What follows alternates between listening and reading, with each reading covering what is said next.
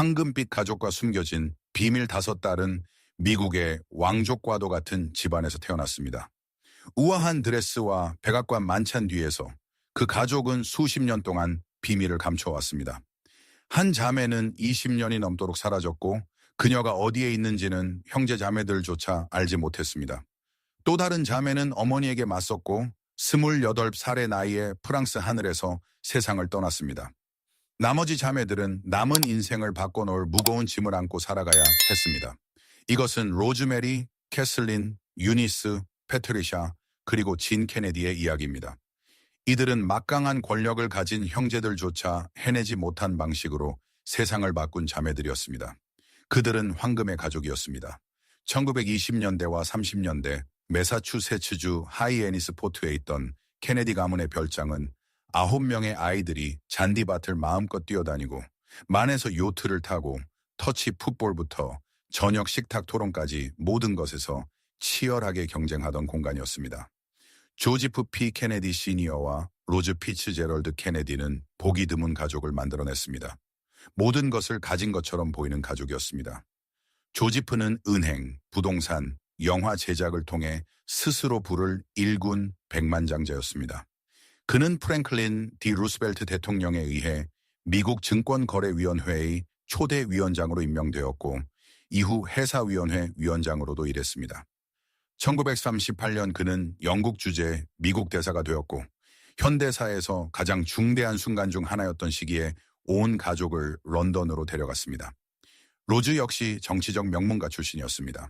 그녀의 아버지 존 허니 피츠제럴드는 보스턴 시장과 미국 하원 의원을 지냈습니다.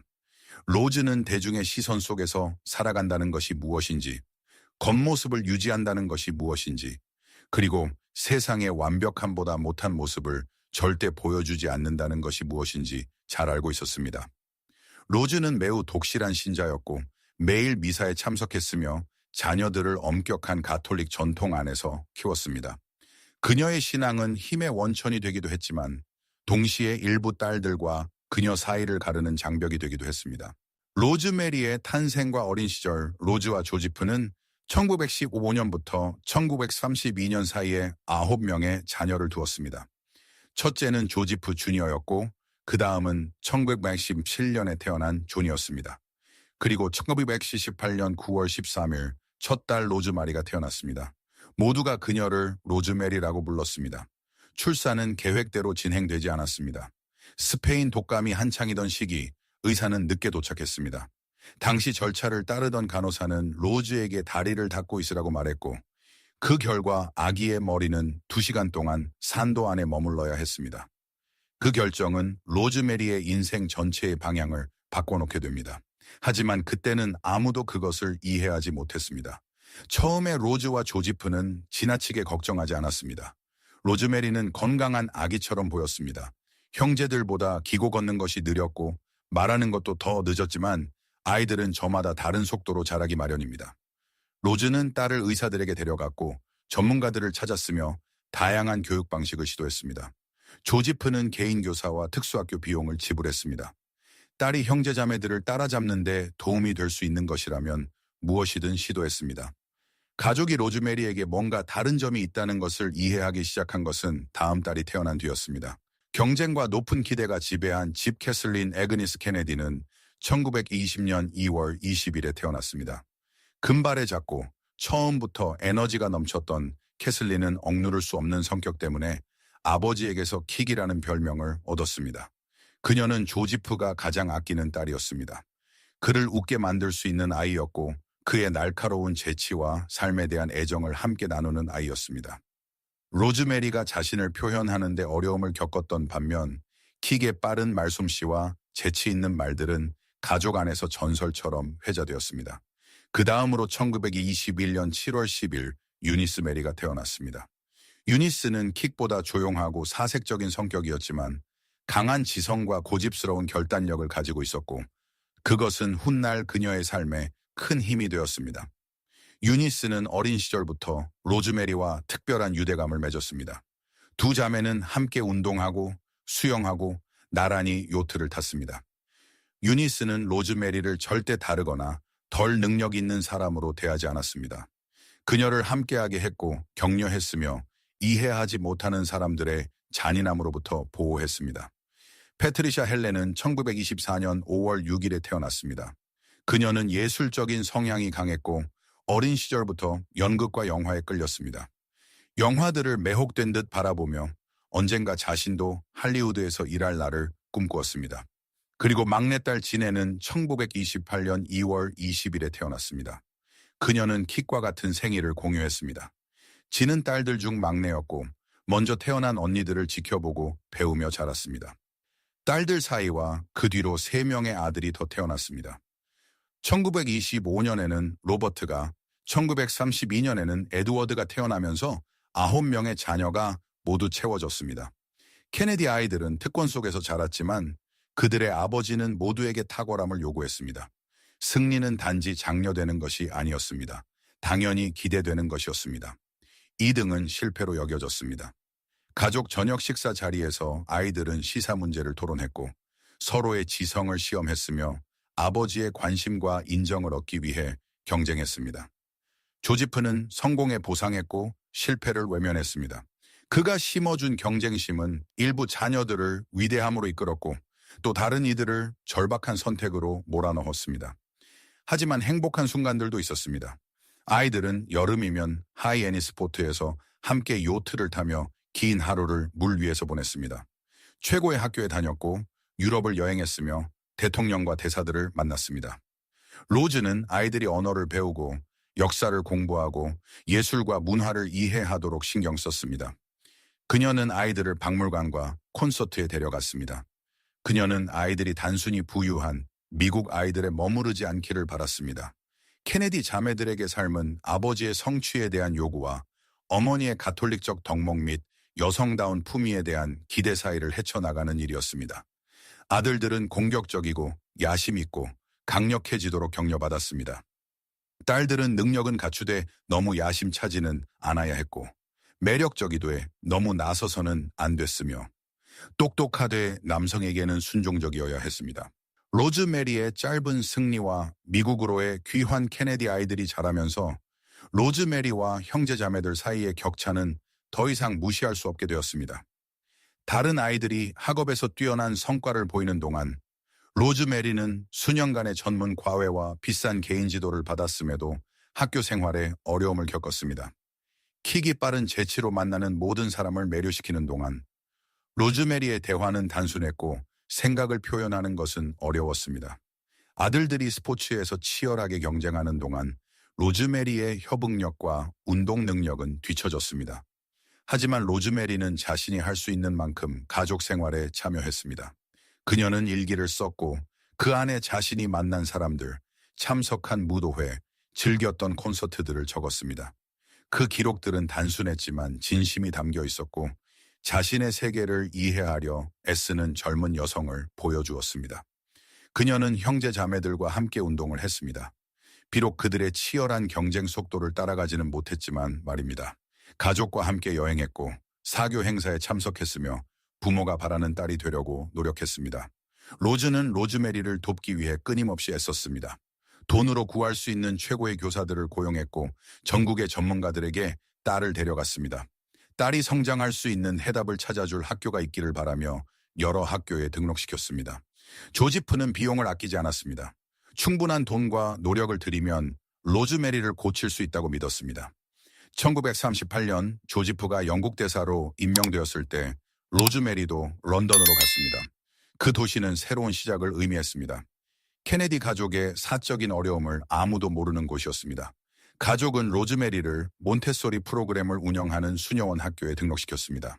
그리고 그곳에서 로즈메리는 이전과는 전혀 다른 방식으로 성장했습니다. 그 학교의 수녀들은 그녀의 필요를 이해했습니다. 그들은 로즈메리에게 더 빨리 배우는 아이들과 경쟁하라고 밀어붙이지 않았습니다. 한계에 집중하는 대신 그녀의 발전을 축하했습니다. 매일 무엇을 기대해야 하는지 알 수 있는 구조화된 환경을 만들어 주었습니다. 그곳에서 로즈메리는 기쁨과 안정감, 그리고 이전의 다른 학교들에서는 느껴본 적 없는 소속감을 찾았습니다. 궁정에 데뷔하던 밤, 로즈메리는 버킹엄 궁전에서 어머니와 언니 캐슬린 옆에 서서 조지 6세 국왕과 엘리자베스 왕비 앞에 섰습니다. 그녀는 복잡한 왕실식 커트시를 완벽하게 해내기 위해 수없이 많은 시간을 연습했습니다. 하지만 그 순간이 왔을 때 그녀는 긴장했고 주변의 웅장함에 압도되어 발을 헛디뎌 거의 넘어질 뻔했습니다. 군중은 눈치챈 기색을 보이지 않았습니다. 왕과 왕비는 아무 일도 없었다는 듯 미소를 지었습니다. 로즈 케네디는 그 뒤로 그 사건을 한 번도 언급하지 않았습니다. 그녀는 그 데뷔를 성공으로 여겼고 딸의 모습에서 아주 작은 불완전함조차 인정하려 하지 않았습니다. 런던에서의 짧은 순간 동안 로즈메리는 거의 자매들과 비슷해 보였습니다. 그녀는 무도회에 참석했고 젊은 사람들을 만났으며 대사 가족의 화려한 사교 생활에 참여했습니다. 하지만 1939년 9월 제2차 세계대전이 시작되자 가족은 안전을 위해 미국으로 돌아갔습니다. 로즈메리는 자신이 행복했던 학교와 안정과 수용을 찾았던 환경을 뒤로 남겨야 했습니다. 모든 것을 바꾼 결정 미국으로 돌아온 뒤 이제 21세가 된 로즈메리는 자신의 처지에 점점 더 답답함을 느꼈습니다. 그녀는 왜 킥이나 유니스처럼 자유롭게 살 수 없는지 이해하지 못했습니다. 왜 혼자 파티에 갈 수 없는지, 왜 항상 감독을 받아야 하는지, 왜 자매들과 다르게 대우받는지.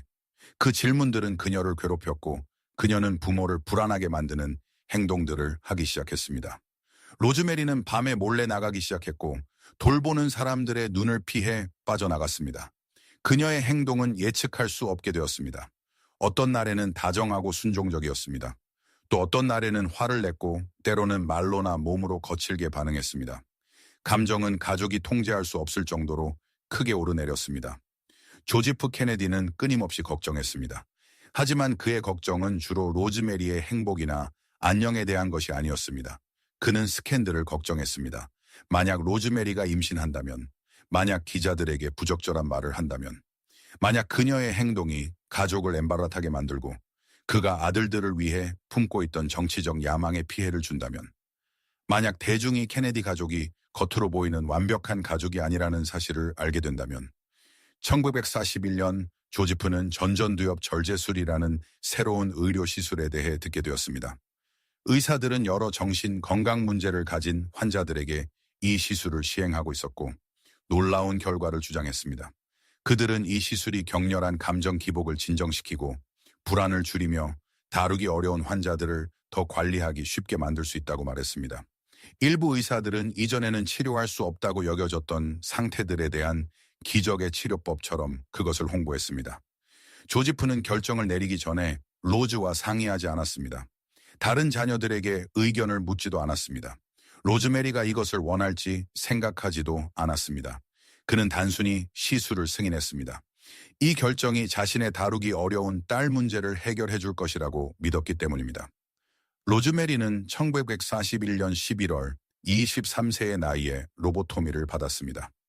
외과의들은 그녀가 깨어있는 상태에서 뇌를 절개했고 신경 연결을 끊는 동안 그녀의 반응을 확인하기 위해 기도를 외우고 노래를 부르도록 했습니다. 그들은 그녀가 말이 인초헤렌트해질 때까지, 단어들이 의미 없는 소리로 변할 때까지, 더 이상 질문에 대답할 수 없을 때까지 계속 절단했습니다. 그 수술은 로즈메리를 영구적이고 심각한 장애 상태로 남겨놓았습니다. 그녀는 도움 없이는 걸을 수 없게 되었고 걸음걸이는 평생 영향을 받았습니다. 또렷하게 말할 수 없었고 말은 흐릿하고 끊어졌습니다. 팔은 마비되었으며 그동안 어렵게 발전시켜온 협응력은 완전히 파괴되었습니다. 일기를 쓰고 파티에서 춤추고 형제자매들과 요트를 타던 활기찬 젊은 여성은 사라졌습니다. 그 자리에 남은 것은 남은 평생 전일제 돌봄이 필요한 사람이었습니다. 20년의 침묵과 드러난 진실. 조지프는 로즈메리를 위스콘신주 제퍼슨에 있는 세인트 콜레타라는 기관으로 보내도록 했습니다. 그곳은 매사추세츠의 가족 별장에서 800마일 이상 떨어진 곳이었습니다. 그는 본관에서 약 1마일 떨어진 곳에 그녀를 위한 개인 별채를 지었습니다.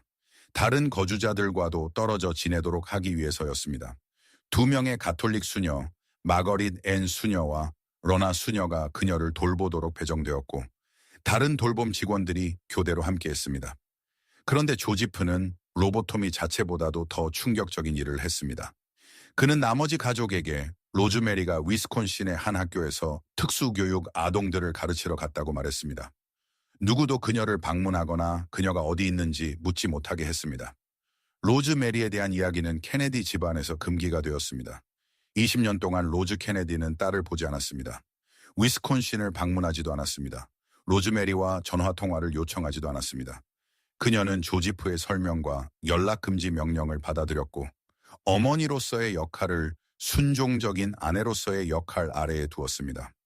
다른 케네디 자녀들은 자신의 누이가 어디에 있는지 어떤 상태인지 알지 못했습니다.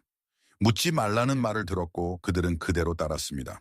형제 자매들이 마침내 진실을 알게 된 것은 훗날이었습니다.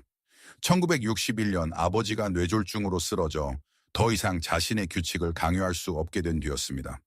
그들은 충격에 빠졌습니다. 연민과 봉사를 퍼블릭 이미지로 쌓아온 잭, 바비, 테드는 자신들이 누이를 버려두었다는 사실을 알게 되었습니다. 유니스, 패트리샤, 진은 자신들이 파티에 가고 결혼하고 아이를 낳는 동안 로즈메리가 위스콘신에서 홀로 지냈다는 것을 깨달았습니다. 그녀는 스스로를 대변할 수도 없었고 왜 가족이 자신을 잊었는지 묻지도 못했습니다. 그 죄책감은 평생 그들 모두를 따라다니게 됩니다. 하지만 그때는 이미 되돌릴 수 없었습니다. 로즈메리는 그 후 60년 동안 기관 돌봄 속에서 살아가게 됩니다. 아버지의 끔찍한 결정으로부터 그녀를 지켜주지 못한 가족에게서 숨겨진 채로 말입니다.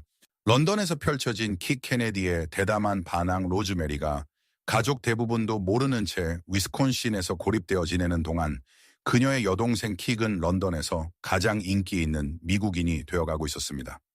가족이 1938년 처음 영국에 도착했을 때 18세의 캐슬린 케네디는 영국 사교계를 단숨에 사로잡았습니다. 그녀는 올해의 데뷔탕트로 선정되었는데 이는 단순히 아름다움 때문만이 아니라 그녀의 사람을 끌어당기는 성격을 보여주는 영예였습니다. 킥에게는 사람들을 편안하게 만드는 재능이 있었습니다. 그녀는 말벌어 공작을 듀크 우키라고 불렀고 런던 거리를 걸으며 껌을 씹었습니다. 원래라면 귀족 사회를 불쾌하게 만들 행동들이었지만 이상하게도 그것들은 오히려 사람들을 매료시켰습니다. 전통과 격식에 묶인 세계에서 그녀의 미국식 격의 없음은 신선하게 느껴졌습니다. 그녀는 재미있고 거침없고 따뜻했으며 영국 사회가 이전에 본 적 없는 방식으로 완전히 자기 자신이었습니다. 한 파티에서 그녀는 윌리엄 캐번디시를 만났습니다. 그는 하팅턴 후작이자 데번셔 공작의 후계자였으며 영국에서 가장 탐나는 신랑감 중 한 명이었습니다. 그의 가족은 영국에서 가장 웅장한 저택 중 하나인 채츠워스 하우스를 소유했고 전국에 많은 토지를 가지고 있었습니다. 빌리와 결혼하면 킥은 미래의 공작 부인이 될 수 있었습니다. 빌리는 킥에 넘치는 활기와 비교하면 꽤 수줍고 더 절제되고 전통적인 사람이었습니다. 하지만 두 사람은 차이에도 불구하고 어쩌면 그 차이 때문에 깊이 사랑에 빠졌습니다. 빌리는 킥의 정신과 독립성을 좋아했습니다. 킥은 그의 격식 있는 외면을 부드럽게 만들었고 누구도 하지 못한 방식으로 그를 웃게 했습니다. 하지만 거대하고 거의 넘을 수 없어 보이는 문제가 있었습니다. 빌리는 개신교도였고 캐번디시 가문에는 엄격한 조건이 있었습니다. 두 사람 사이에서 태어날 아이들은 가톨릭이 아니라 영국 국교회 안에서 자라야 했습니다. 케네디 가족에게 이것은 단순한 종교적 선호의 문제가 아니었습니다. 그들이 믿는 모든 것에 대한 근본적인 배신이었습니다. 로즈 케네디는 특히 강하게 반대했습니다. 그녀는 이 관계를 킥이 자신의 영원한 영혼보다 세속적 지위를 선택하는 것으로 보았습니다. 가톨릭 교회 밖에서 결혼하는 것은 자동 파문을 의미했습니다. 성사에서 단절되는 것을 의미했습니다. 깊이 신앙적이고 정통적인 믿음을 가진 로즈에게 딸이 그런 결혼을 고려한다는 것 자체가 상상할 수 없는 일이었습니다. 로즈는 두 사람을 떼어놓기 위해 생각해낼 수 있는 모든 방법을 시도했습니다. 사교적 상황을 조종해 킥이 빌리에게서 멀어지게 했습니다. 결혼에 대한 어떤 논의도 미뤘습니다. 그 관계를 계속한다는 것은 빌리와 가족 중 하나를 선택해야 한다는 뜻이라고 분명히 했습니다. 후작 부인에게 닥친 비극 1939년 9월 제2차 세계대전이 시작되고 케네디 가족이 미국으로 돌아갔을 때 킥은 빌리와 영국에 남겨두고 온 삶을 생각하지 않을 수 없었습니다. 그녀는 편지를 썼고 돌아갈 날을 꿈꿨습니다. 미국에서 다른 구원자들과 새롭게 시작해보려 했지만 대서양 건너에 두고 온 남자와 견줄 사람은 아무도 없었습니다. 1943년 킥은 영국으로 돌아갈 방법을 찾았습니다. 그녀는 적십자에 지원해 런던에서 군인들을 위한 센터를 운영했습니다. 그것은 그녀가 돌아가 빌리와 재회할 수 있는 정당한 이유가 되어 주었습니다. 전쟁의 세월 동안 어머니의 통제와 끊임없는 반대에서 벗어난 킥은 더 독립적이 되었고 자신이 원하는 것에 대해 더 확신하게 되었습니다. 적십자에서의 시간은 의미 있는 일이었습니다. 그녀는 집을 떠나 있는 군인들을 위한 활동을 조직했고 전쟁의 공포를 마주한 남자들에게 위로와 동행을 제공했습니다. 그 일은 그녀에게 사회적 지위 이상의 목적을 주었지만 동시에 그녀를 빌리에게 다시 데려다 주었습니다. 두 사람의 관계는 전쟁과 가족들의 반대 속에서 복잡했지만 그 강렬함은 부정할 수 없었습니다. 1944년 5월 6일 캐슬린 케네디는 런던의 칵스턴 홀 등기소에서 윌리엄 캐번디시 하팅턴 후작과 시민 결혼식을 올렸습니다. 가톨릭 예식이 아니었기 때문에 킥은 사실상 자신이 자라온 교회에서 파문당한 것이나 다름없었습니다. 가족 중 참석한 사람은 단 한 명뿐이었습니다. 당시 영국에서 미국 해군으로 복무 중이던 큰오빠 조지프 주니어였습니다. 조는 부모에게 맞서 킥의 선택을 지지하며 그녀의 증인으로 곁에 섰습니다. 둘째 오빠 존도 참석했을 것이지만 태평양에서 그의 PT보트가 파괴된 뒤 병원에 입원해 있었습니다. 부모는 결혼식 참석을 거부했습니다. 로즈는 킥과 전화, 통화조차 하지 않으려 했습니다. 결혼 생활은 5주도 차에 되지 않아 끝을 향해 갔습니다. 빌리가 프랑스 전선으로 복귀하라는 명령을 받았기 때문입니다. 1944년 6월 13일 결혼식이 끝난 지 겨우 4주 만에 빌리는 전선으로 떠났습니다.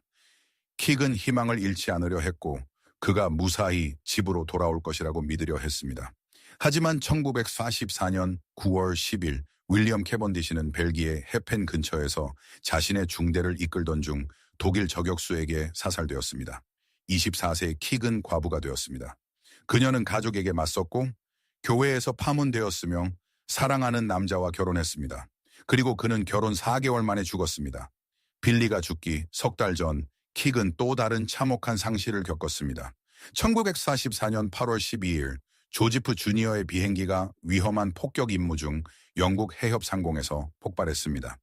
그녀의 결혼식에서 곁에 서주었고 그녀의 선택을 지지하기 위해 부모에게 맞섰으며 가족 안에서 가장 가까운 동맹이었던 오빠가 사라진 것입니다. 폭발은 묻을 유해조차 남기지 않았습니다. 조 주니어는 그저 해협 속으로 사라졌습니다. 마지막 비행과 어머니의 냉담한 반대, 두 번의 죽음 이후에도 킥은 영국에 남았습니다. 적십자일을 계속하며 슬픔 속에서도 삶을 다시 세우려 했습니다. 그녀는 미국인이자 가톨릭 신자였고 캐번디시 가문이 후계자를 위해 상상했던 여성은 아니었지만 그 가족에게 받아들여졌습니다. 데번셔 공작과 공작 부인은 그녀를 빌리의 아내로 자신들의 아들이 양쪽 가족의 압력에도 불구하고 결혼할 만큼 사랑했던 여성으로 받아들였습니다. 하팅턴 후작 부인으로서 킥은 자기와 영국 사회에서의 자리, 그리고 귀족들의 존중을 가지고 있었습니다. 하지만 그녀는 외로웠습니다. 결혼한 남자는 죽었습니다. 가장 좋아하던 오빠도 죽었습니다. 미국의 가족은 그녀와 거의 말을 하지 않았습니다. 어머니는 여전히 그 결혼을 용서하지 않았습니다.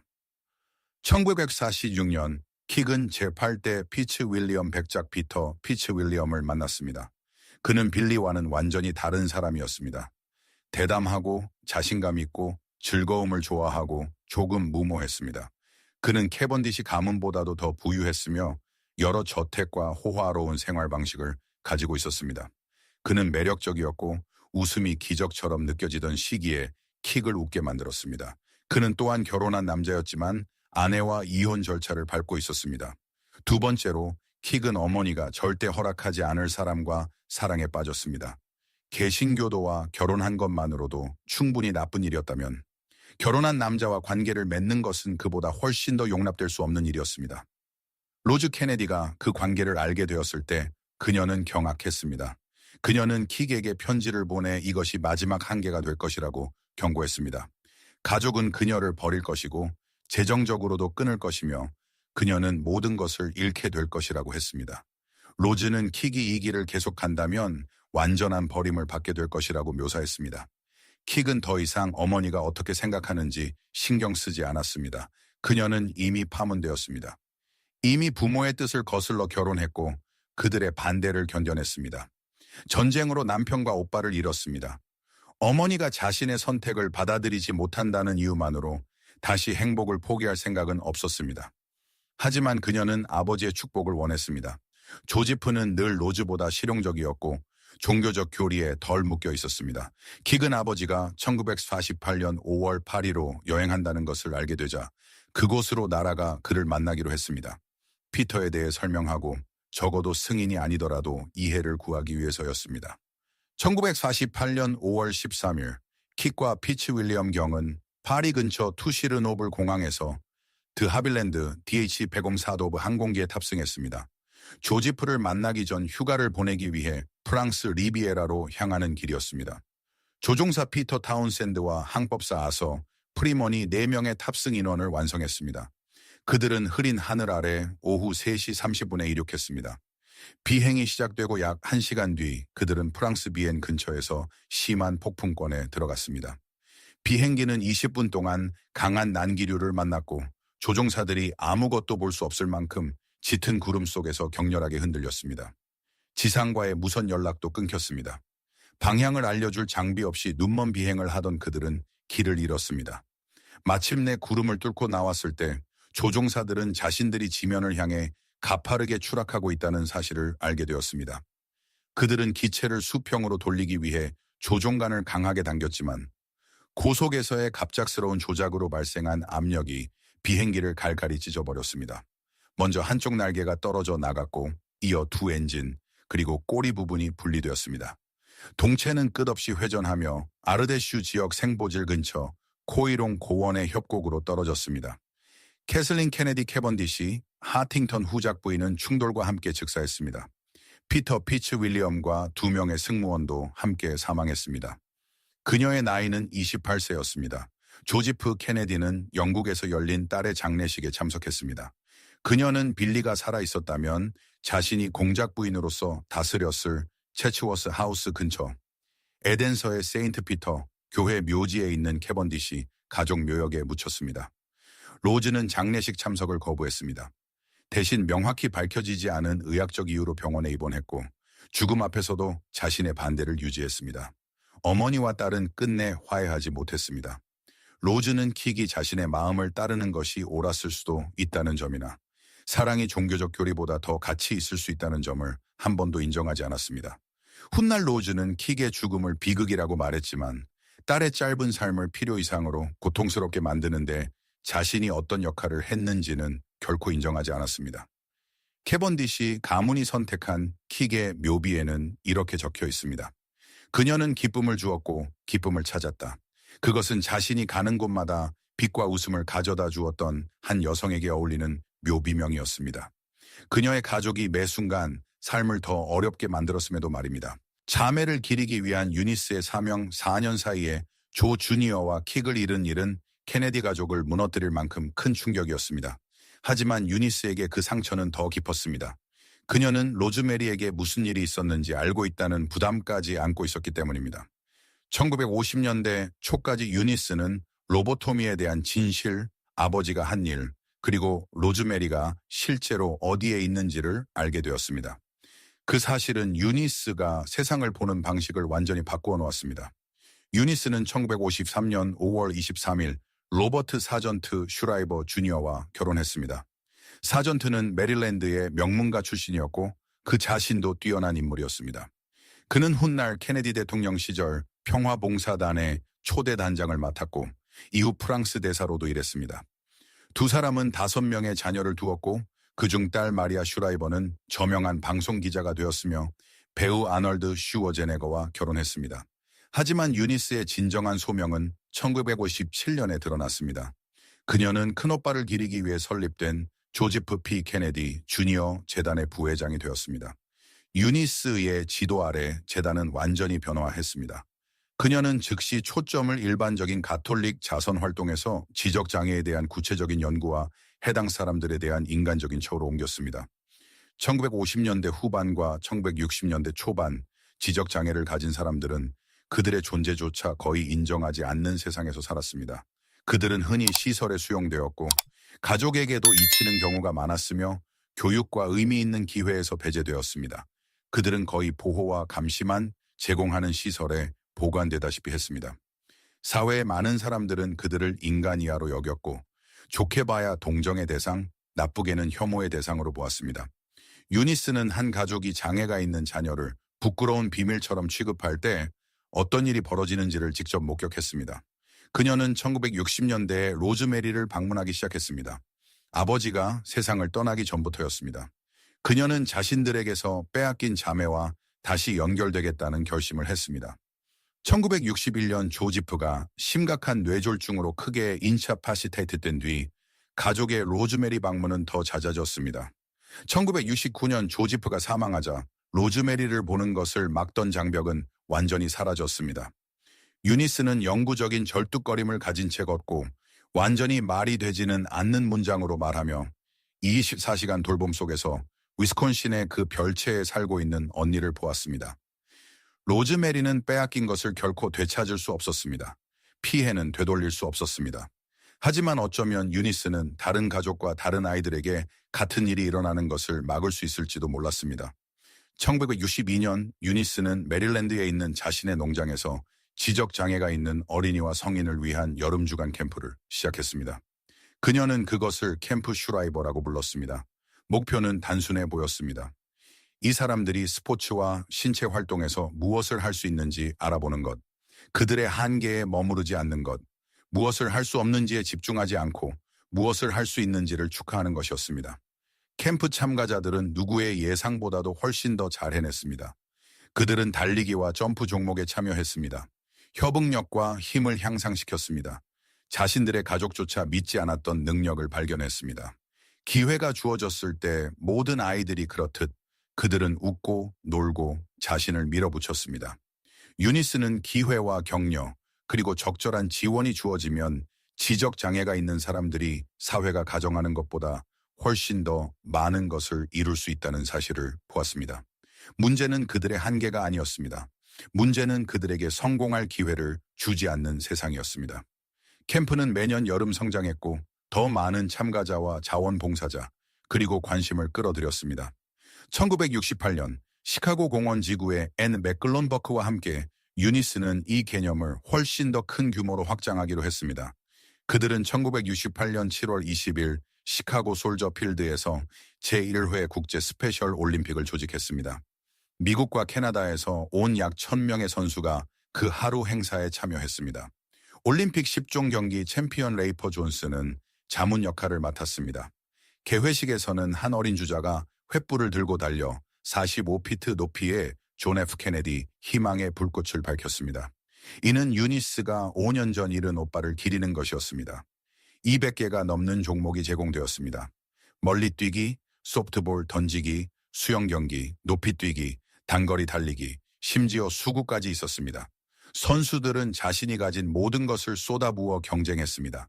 그들을 움직인 것은 한계가 아니라 성취를 향한 꿈이었습니다. 첫 스페셜 올림픽에서 유니스는 수십 년 동안 울려 퍼질 말을 했습니다.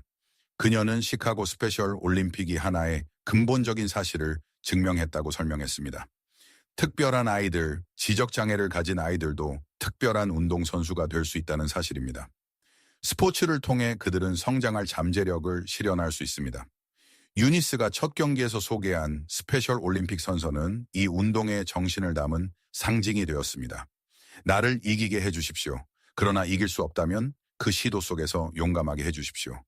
스페셜 올림픽은 누구도 상상하지 못한 속도로 국제적인 운동으로 성장했습니다. 1970년대에는 전 세계에서 대회가 열렸습니다. 1980년대에는 수백만 명의 선수가 참여했습니다. 이 운동은 단순한 스포츠 대회만 제공한 것이 아니었습니다. 건강검진, 사회적 기회, 그리고 지적 장애가 있는 사람들이 능력 있고 가치 있는 사회 구성원으로 보일 수 있는 플랫폼을 제공했습니다. 1984년 로널드 레이건 대통령은 지적 장애인을 위한 그녀의 공로를 인정해 유니스에게 미국 최고의 민간 훈장인 대통령 자유 메달을 수여했습니다. 2008년에는 그녀의 변혁적 영향을 인정해 국립아동건강 및 인간발달연구소의 이름이 유니스 케네디 슈라이버 국립아동건강 및 인간발달연구소로 변경되었습니다. 유니스는 2009년 8월 11일 가족에게 둘러싸인 차에 88세로 세상을 떠났습니다. 그녀의 언니 로즈메리는 그보다 4년 앞서 2005년 1월 7일 86세의 나이로 세상을 떠났습니다. 로즈메리가 세상을 떠날 때 그녀의 곁에는 유니스, 패트리샤, 친자매가 있었고 오빠 테드도 함께했습니다. 그들은 수십 년 동안 그녀가 다시는 혼자가 되지 않도록, 다시는 잊히지 않도록 노력했습니다.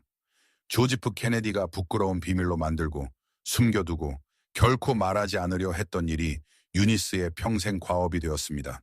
그녀는 가족의 가장 어두운 장을 가져와 세상이 지적 장애인을 대하는 방식을 바꾼 유산으로 만들었습니다.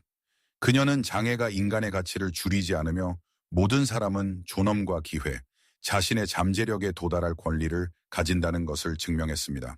패트리샤와 진, 할리우드와 외교, 조지프와 로즈의 6째 아이였던 패트리샤 케네디는 정치적 야망이 컸던 오빠들과는 다른 길을 선택했습니다. 자라면서 그녀는 영화 제작 일을 꿈꿨습니다. 1940년대와 50년대 여성들에게 쉽게 열려있던 직업은 아니었습니다. 1954년 4월 24일 패트리샤는 뉴욕의 세인트 토머스 모어 성당에서 영국 배우 피터 로퍼드와 결혼했습니다. 로퍼드는 프랭크 시나트라의 렛팩 멤버로 유명해졌습니다. 그 그룹은 1950년대 후반과 1960년대 초반의 쿨함을 정의한 연예인 집단이었습니다. 이 결혼은 패트리샤를 할리우드의 중심부로 데려갔습니다. 그녀의 오빠 존은 패트리샤와 피터의 친구들과 어울렸고 그 중에는 시나트라와 배우 마릴린 먼로도 있었습니다. 로퍼드 부부의 집은 정치와 엔터테인먼트가 자유롭게 섞이는 모임 장소가 되었습니다. 패트리샤와 피터는 4명의 자녀를 두었습니다. 1955년에 크리스토퍼, 1956년에 시드니, 1958년에 빅토리아, 1961년에 로빈이 태어났습니다. 겉으로 보기에 그들은 할리우드의 왕족처럼 보였지만 결혼 생활은 순탄하지 않았습니다. 피터는 약물과 알코올 문제로 어려움을 겪었습니다. 케네디 가문과 엔터테인먼트 업계 양쪽에 연결되어 있다는 압박감은 두 사람에게 큰 부담이 되었습니다. 1963년 케네디 대통령이 암살된 직후 패트리샤와 피터는 별거했습니다. 두 사람은 1966년에 공식적으로 이혼했습니다. 패트리샤는 뉴욕으로 돌아갔고 자신이 꿈꾸던 제작 일에서는 멀어졌습니다. 영화계의 손실은 예술계의 이익이 되었습니다. 패트리샤는 전국 문학예술위원회를 설립했고 이 단체는 작가 강연을 마련하고 장학금을 제공했습니다. 패트리샤는 2006년 9월 17일 폐렴으로 82세의 세상을 떠났습니다. 그녀는 여동생 유니스가 대통령 자유 메달을 받는 것을 볼 만큼 오래 살았고 오빠 테드가 거의 50년 동안 상원 의원으로 활동하는 것을 지켜보았으며 케네디 가족이 정치 왕조에서 더 복잡하고 인간적인 모습으로 변해가는 것을 목격했습니다. 5 자매 중 막내였던 진앤 케네디는 킥과 생일이 같았습니다. 킥보다 8년 뒤인 1928년 2월 20일에 태어났습니다. 그녀는 언니들이 케네디 딸들에게 주어진 기대 속에서 어떻게 살아가는지를 지켜보며 자랐고 그들의 성공과 고난에서 배웠습니다. 1956년 5월 19일 진은 스티븐 에드워드 스미스와 결혼했습니다. 두 사람은 4명의 자녀를 두었고 많은 형제 자매들보다 조용한 삶을 꾸렸습니다. 하지만 진은 오빠들의 정치 캠페인에는 깊이 관여했습니다. 그러나 진의 가장 중요한 일은 인생 후반에 찾아왔습니다. 유니스처럼 그녀도 로즈메리에게 일어난 일에 깊이 움직였습니다. 1974년 진은 장애인들이 창의 예술에 참여하도록 돕기 위한 조직인 Very Special Arts를 설립했습니다. 그녀는 전 세계를 여행하며 예술 프로그램에서 더 많은 포용을 주장했습니다. Very Special Arts는 장애를 가진 수백만 명에게 예술 교육과 창의적 기회를 제공하는 국제 조직으로 성장했습니다. 이 단체는 창의성이 신체적 또는 지적 어려움에 의해 제한되지 않으며 미술과 음악과 연극은 모두의 것이라고 강조했습니다. 1963년 빌 클린턴 대통령은 진을 25대 아일랜드 주재 미국 대사로 임명했습니다. 아일랜드계 미국 정치 지도자들의 딸이자 손녀에게 어울리는 역할이었습니다. 그녀는 1958년까지 재임하며 북아일랜드 평화협상이 중요한 시기를 맡고 있던 동안 미국과 아일랜드 사이의 관계를 강화하는 데 힘썼습니다. 2011년 버락 오바마 대통령은 Very Special Arts를 통한 그녀의 옹호 활동을 인정해 진에게 대통령 자유 메달을 수여했습니다. 그녀는 언니 유니스가 그랬던 것처럼 그 메달을 자랑스럽게 달았습니다. 진 케네디 스미스는 케네디 형제 자매들 중 가장 오래 살았습니다. 그녀는 2020년 6월 17일 92세의 나이로 세상을 떠났습니다. 8명의 형제자매 모두보다 오래 살며 그들의 기억과 유산을 끝까지 간직했습니다. 케네디 자매들이 남긴 오래가는 유산 5명의 케네디 자매는 미국에서 가장 강력한 가문 중 하나에서 태어났습니다. 그들의 아버지는 영국 주재 대사였습니다. 그들의 오빠는 대통령이 되었습니다. 돈은 결코 문제가 아니었습니다. 케네디라는 성을 말하는 것만으로도 문은 열렸습니다. 하지만 그 특권에는 대중이 결코 보지 못한 대가가 따랐습니다. 로즈메리는 60년이 넘는 세월을 기관 돌봄 속에서 보냈습니다.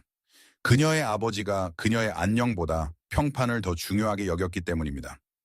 그녀를 다루기 쉽게 만들기 위한 시술은 그녀가 남은 평생 제대로 말하거나 걷지 못하게 만들었습니다.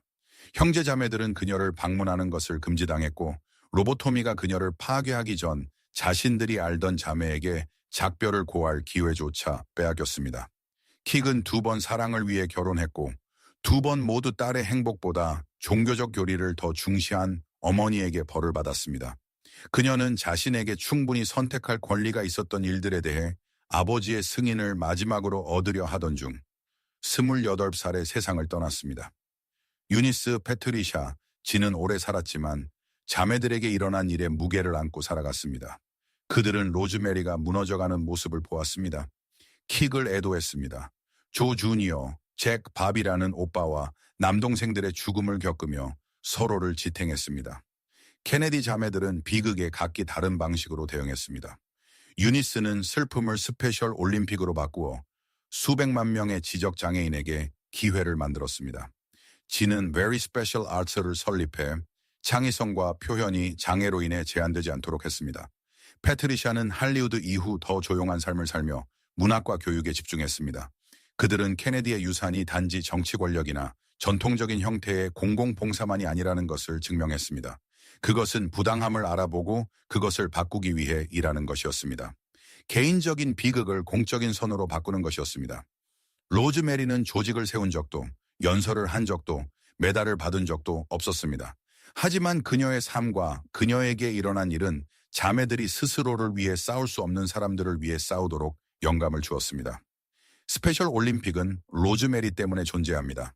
Very Special Arts는 로즈메리 때문에 존재합니다. 유니스 케네디, 슈라이버 국립, 아동건강 및 인간발달연구소는 로즈메리 때문에 존재합니다. 2005년 로즈메리가 세상을 떠났을 때 그녀의 곁에는 유니스, 패트리샤, 진 자매가 있었습니다. 오빠 테드도 함께 있었습니다. 그들은 수십 년 동안 그녀가 다시는 혼자가 되지 않고 다시는 잊히지 않도록 했습니다. 아버지가 죽은 뒤 그녀를 정기적으로 방문했습니다. 가족 모임에 그녀를 데려갔습니다. 오랫동안 떨어져 지냈던 가족 안으로 그녀를 다시 포함시켰습니다. 자매들은 완벽하지 않았습니다. 그들은 무엇보다 승리를 중시하고 진실보다 이미지를 우선시했던 가족에서 왔습니다. 하지만 그들은 로즈메리를 거의 파괴했던 실수들로부터 배웠습니다. 자신들의 특권을 다른 사람들을 돕는 데 사용했습니다. 개인적인 고통을 목적의식으로 바꾸었습니다. 그것이 어쩌면 가장 중요한 케네디의 유산일지도 모릅니다. 대통령직이나 상원의원 자리, 대사직이 아니라 유니스와 진이 장애인을 위해 해낸 일입니다. 사회가 소외되고 잊힌 사람들을 바라보고 대하는 방식을 바꾼 변화들입니다. 케네디 자매들은 우리에게 보여줍니다. 특권 속에 태어난다고 해서 고통에서 자유로워지는 것은 아닙니다. 가족의 비밀이나 어려운 선택, 파괴적인 상실로부터 보호받는 것도 아닙니다. 하지만 그것은 변화를 만들 수 있는 자원과 무대를 제공합니다. 그것을 그렇게 사용하기로 선택한다면 말입니다. 유니스와 진은 로즈메리를 기리기 위해 그녀와 같은 사람들을 돕는 길을 택했습니다. 그들은 킥을 기억하기 위해 충만하게 살고 어머니의 반대가 자신들의 선택을 지배하지 못하게 하는 길을 택했습니다. 그들은 비극을 의미 있는 것으로 바꾸는 길을 택했습니다. 결국 케네디 자매들은 유명한 형제들이 하지 못한 일을 해냈습니다. 그들은 가족의 가장 어두운 비밀을 빛 속으로 가져왔습니다. 무엇이 잘못되었는지 인정했고 그것이 다른 사람들에게 다시 일어나지 않도록 노력했습니다. 그들은 진짜 힘이 선거나 임명 공직에 있는 것이 아니라는 것을 보여주었습니다. 진짜 힘은 자신에게 있는 영향력을 사용해 가장 도움이 필요한 사람들에게 더 나은 세상을 만들어주는 것입니다. 그것이 로즈메리, 캐슬린, 유니스, 패트리샤, 진 케네디가 남긴 유산입니다. 완벽함의 유산이 아니라 회복력과 속죄, 그리고 고통스러운 진실을 마주할 용기의 유산입니다. 이 이야기가 케네디 가문의 숨겨진 역사를 바라보는 방식을 바꾸었다면 저희 채널을 구독하고 이 영상에 좋아요를 눌러주세요. 저희는 시간이 묻어버리려 했던 진실을 파헤치기 위해 노력하고 있습니다. 과거를 탐구하며 오늘의 세상을 더 잘 이해하는 여정에 함께해 주세요. 다음 위대한 역사적 보물이 곧 공개됩니다.